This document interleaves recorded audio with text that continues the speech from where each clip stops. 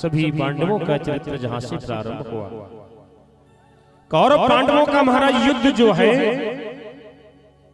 चल रहा था, और जब समाप्ति की और युद्ध पहुंचा ना, कुरुक्षेत्र चलिए।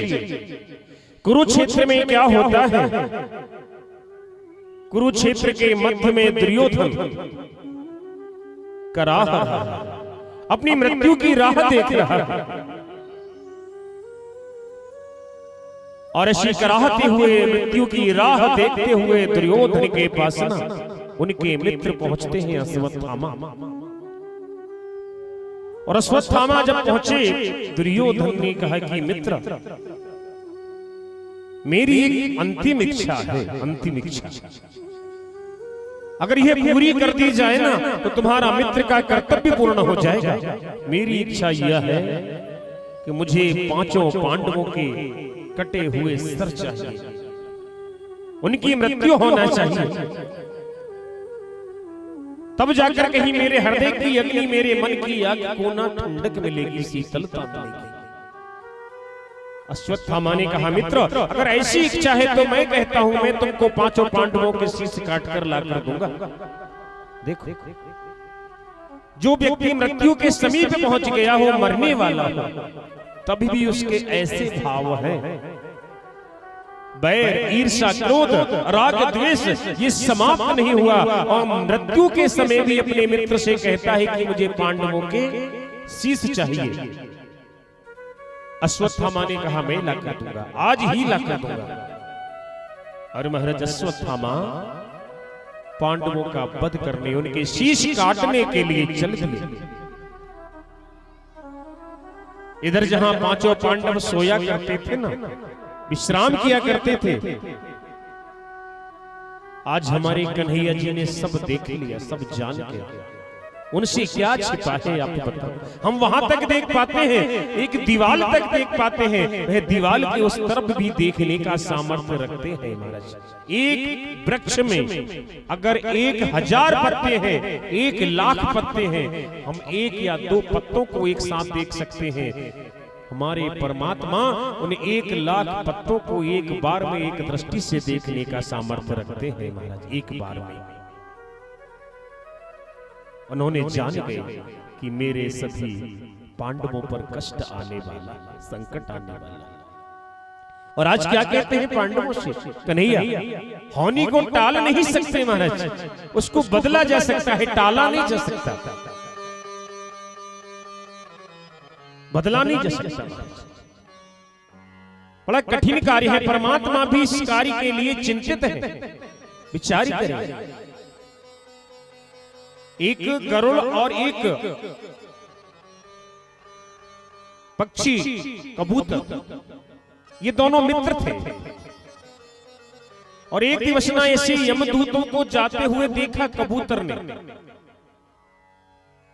और कबूतर अपने मित्र गरुड़ से कहता है कि देखो मित्र, यहां से मैंने यमदूतों को जाते देखा है, उन्होंने मुझे देखा, मुझे देखकर वह थोड़े हंसे, मुझे लगता है कि मेरी जीवन लीला समाप्त होने वाली है। कबूतर ने कहा, तो गरुड़ ने कहा कि नहीं, मैं हूं तुम्हारे साथ, तुम्हारा कुछ नहीं होने दूंगा, मैं तुम्हारा मित्र हूं, मेरे ऊपर बैठ जाओ। और गरुड़ जी ने ना कबूतर को अपने ऊपर बिठाला और ऊंचाइयों पर उड़ाकर ले गए, बल्कि समुद्र के दूसरे तरफ ले गए, और वहां ले जाकर एक गुफा में छिपा दिया कि यहाँ छिप जाओ, यहाँ यमदूत नहीं पहुंच पाएंगे, समुद्र के इस तरफ। और गरुड़ जी पहुंच गए भगवान के पास। भगवान परमात्मा दीनबंधु दीनानाथ, मेरे मित्र के प्राण संकट में है, रक्षा करो। उसको मैंने गुफा में जाकर छिपाकर आया हूं। भगवान बोले, गरुड़, तुमने उसको छिपाकर नहीं आए, बल्कि उसको मृत्यु के मुंह में डाला है, क्योंकि उस गुफा में एक अजगर रहता है। उस अजगर ने अब तक आपके मित्र का भोग लगा लिया, उसका भक्षण कर चुका है। यमदूत क्यों हंस रहे थे महाराज मालूम जानते हैं? इसलिए इस कबूतर की मृत्यु तो समुद्र के उस तरफ लिखी है थोड़े समय बाद, और ये इस तरफ क्या कर रहा है? इसको वहां ले कौन जाएगा, पहुंचाएगा कैसे? उड़ के तो जा नहीं सकता कबूतर, थोड़ा बहुत उड़ पाता है, इसलिए यमदूत हंस रहे थे और महाराज परमात्मा ने विधान बनाया कि गरुड़ जी स्वयं उसको वहां लेकर छोड़ आए। तो भगवान जानते हैं सब कुछ, लेकिन ना आज पांडवों से कहते हैं कि यहां मत सो, हम और दूसरे स्थान पर जाकर शयन करेंगे। भगवान अपनी मुरली हाथ में लेकर ना हाथ लकड़िया चंदन की चिंतित है, विचार करते हैं कि कैसे क्या किया जाए। आज जो अनहोनी होने वाली है उस अनहोनी से सबको सामना करना पड़ेगा, सबका सामना होगा। और द्रौपदी ने अपने पुत्रों को महाराज वहां पर सुला दिए। परमात्मा ने पांडवों को तो ले गए, लेकिन वहां पर पुत्रों को द्रौपदी ने सुलाए। और रात्रि में अश्वत्थामा आया महाराज, और द्रोण के उस पुत्र ने, द्रोणाचार्य जी के उस पुत्र अश्वत्थामा ने द्रौपदी के 5 पुत्रों के शीश काट कर ले गया। और 5 पुत्रों के शीश काट कर ना उस कुरुक्षेत्र के अंधेरे में दुर्योधन के सामने ले जाकर कहता है कि मित्र, मैं ये पांडवों के शीश काट कर लाया हूं। वह नहीं जान पाया कि ये द्रौपदी के पुत्र हैं, पांडव नहीं थे। और दुर्योधन कहता है कि दिखाओ, मुझे भरोसा नहीं है, मुझे विश्वास नहीं है कितनी सरलता से 5 पांडवों का वध तुम कर सकते हो। और जैसे ही उस अंधारे में अश्वत्थामा ने उन 5 शीशों को निकाला ना महाराज, मृत्यु के समीप पहुंचा हुआ दुर्योधन भी आज दहाड़ दे देकर रोने लगा कि क्या कर दिया मित्र। अरे हमारे वंश में, हमारे कुल में कोई रोने वाला शेष नहीं रह गया, कोई आगे वंश को बढ़ाए तो बढ़ाए कैसे। तुमने पांडवों के पुत्र का वध क्यों कर दिया, इन्होंने क्या किया था मेरा। और जब महाराज पे दुर्योधन भी दहाड़ दे देकर रोने लगा, और इधर जब प्रातः काल द्रौपदी जागती है और क्या देखती है कि उसके 5 पुत्रों के सब पड़े हुए हैं, और पूरी जमीन जो है, पूरा आंगन जो है लहू लुहान है, उनके शीश वहां नहीं है। वह द्रौपदी दहाड़ दे देकर रोती हुई महाराज उस आंगन में गिर गई। उसकी रोने की आवाज सुन के पांडव दौड़े आए, हमारे कन्हैया जी आए, क्या हुआ क्या हुआ। देख कर वैसा दृश्य ना कोई क्यों ना रो पड़ेगा। उस देवी के हृदय को देखे, इसके 5 पुत्रों के सब उसके आंगन में पड़े हैं, मर चुके। द्रौपदी को इस प्रकार से देख कर ना महाराज अर्जुन आगे आते कहते हैं, देवी रुदन मत करो, मैं अर्जुन मैं कहता हूं कि आज संध्या तक ही तेरे पुत्र के हत्यारे को मैं तेरे सामने लाकर खड़ा करूंगा, जो दंड देना हो दे देना। द्रौपदी कहती है कि कैसे हो पाएगा, अरे मेरे पुत्र तो अब संसार में रहे नहीं, मैं अगर उसे मृत्यु दंड भी दे दूं तो क्या उससे मेरे पुत्र जीवित तो हो नहीं जाएंगे, मेरे पुत्र जीवित नहीं हो पाएंगे। अर्जुन महाराज जब चले ना, अश्वत्थामा को ढूंढा, ज्ञात हुआ अश्वत्थामा ने ऐसा दुष्कृत्य किया है, उसको ढूंढा गया महाराज। और अश्वत्थामा को ढूंढ कर जब लाया, गुरु पुत्र है, गुरु जी का पुत्र द्रोणाचार्य जी का। द्रोणाचार्य जी से अर्जुन ने विद्या अध्ययन किया, और यह विद्या द्रोणाचार्य ने अश्वत्थामा को नहीं दी, वह अर्जुन को सिखाई। अश्वत्थामा को लाए और द्रौपदी के सामने लाकर खड़ी कर दिए कि जो दंड आप देना चाहती हो देवी, इसको दंड दो। आप कहो तो इसके मैं 5 बार वध करूं, इसके शरीर के छिन्न भिन्न करके टुकड़े यहां वहां डाल दूं, आप जो कहो। लेकिन द्रौपदी ने क्या कहा महाराज जानते हैं? द्रौपदी कहती है कि नहीं पार्थ मुझे इसको मृत्यु दंड नहीं देने। आज 5 पुत्रों के नहीं रहने से एक मां रो रही है, बिलख रही है, और अगर इसका भी वध कर देंगे तो एक और मां बाहर रोने लगेगी, इससे कोई भला नहीं होगा किसी का, इसे छोड़ दो। पांडवों ने कहा कि देवी ये कैसा न्याय है, इसने तुम्हारे 5 पुत्रों का वध किया, इसको मृत्यु दंड देना आवश्यक है।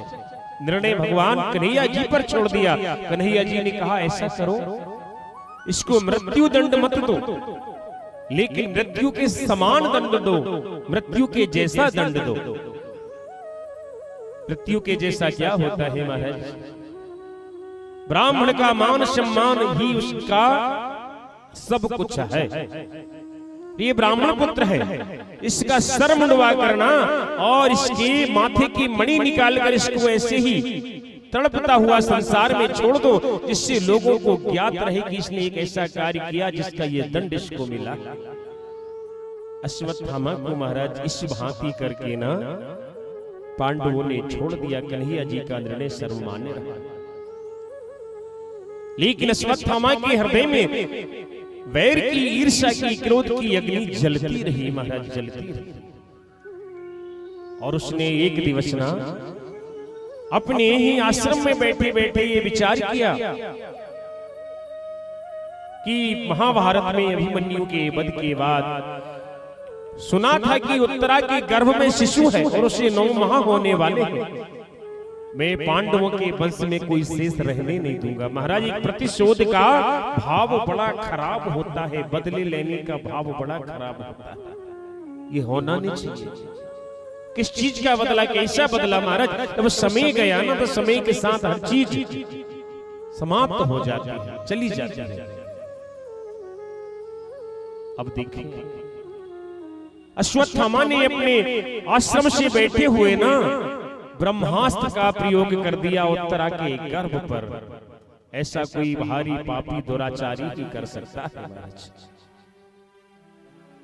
जब ब्रह्मास्त्र का प्रयोग किया, उत्तरा के गर्भ में शिशु है, और जब गर्भ में शिशु है तो उसकी जो पीड़ा हुई, अनेक प्रकार से उसको दर्द उत्पन्न हुआ, तो वह ना रोती बिलकती दौड़ती दौड़ती कहां जाएगी? हम कहां जाते हैं? जब कोई संकट आता है, दुख आता है, पीड़ा आती है, हम कहां जाते हैं?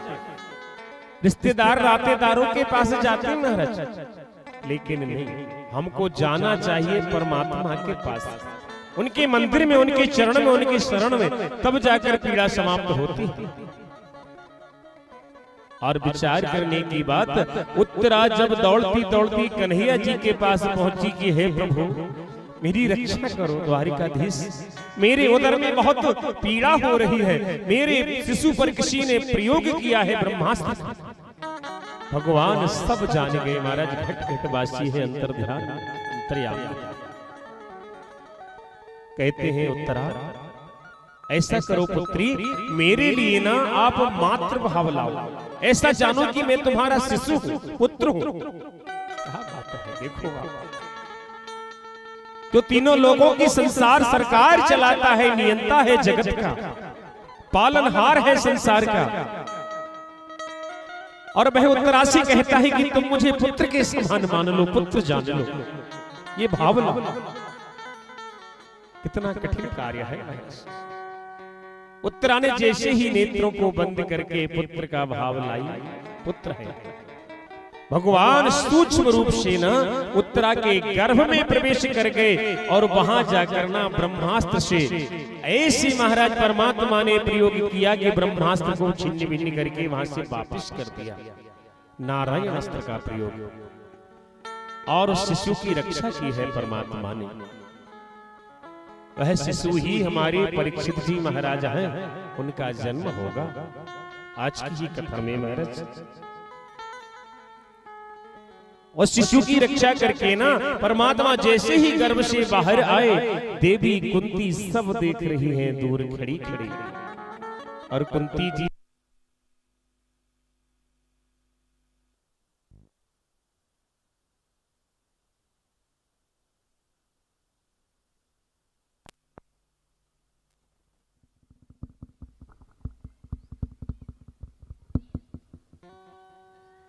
गोपाल कृष्ण भगवान की जय हो।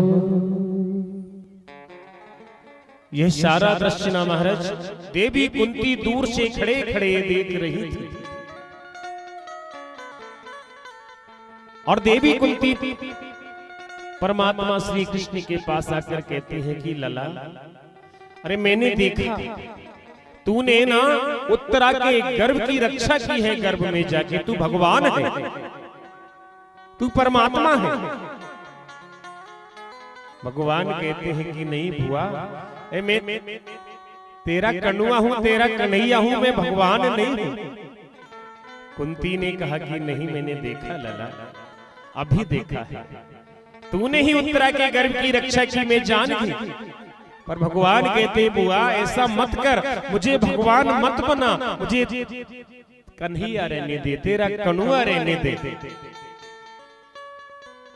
अब महाराज जब कुंती ने बार बार विनय की ना, तो भगवान ने कहा कि मान लिया मैं भगवान हूं, तो मांग ले, क्या मांगना चाहती हुआ, जो मांगना है मांग।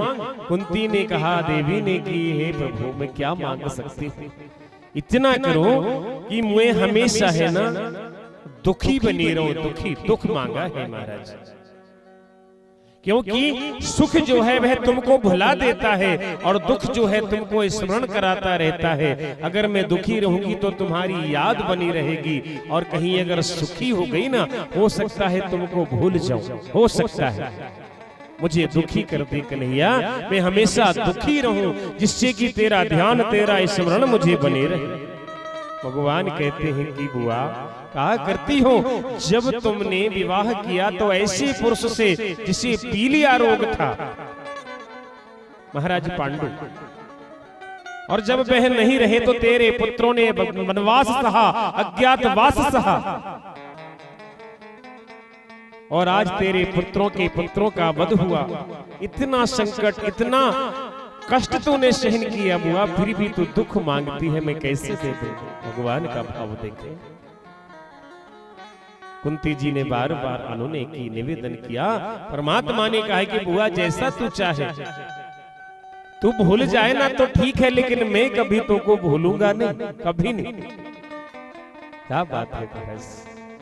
परमात्मा अगर किसी से ऐसा कह दे कि मैं तुमको कभी भूलूंगा नहीं, ये इस एक लाइन में ना बहुत गहरा राज छिपा है। हम बार बार कहें कि परमात्मा हम आपको भूल सकते हैं, संसार है, लेकिन भगवान कह दे कि जाओ, मैं कहता हूं मैं तुमको कभी भूलूंगा नहीं, कितना विचित्र विषय है।